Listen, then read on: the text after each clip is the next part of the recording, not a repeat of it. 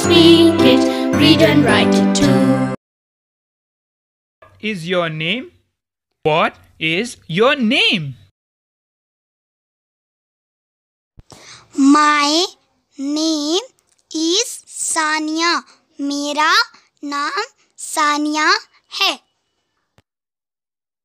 How old are you? I am 9 years. मेरी उम्र 9 साल है. Where do you live? I live in भागांव. मैं भागांव में रहती हूँ. Which school do you go to?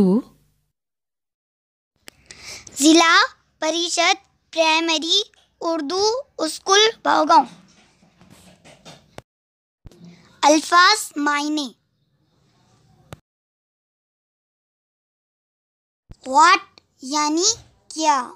What यानी क्या. You यानी तुम. You यानी तुम. Name यानी नाम. Name यानी नाम. How यानी कितने कैसे. How यानी कितने कैसे. Where यानी कहाँ. Where यानी कहाँ. बाय बाय, फिर मिलेंगे. खुदा हाफिज.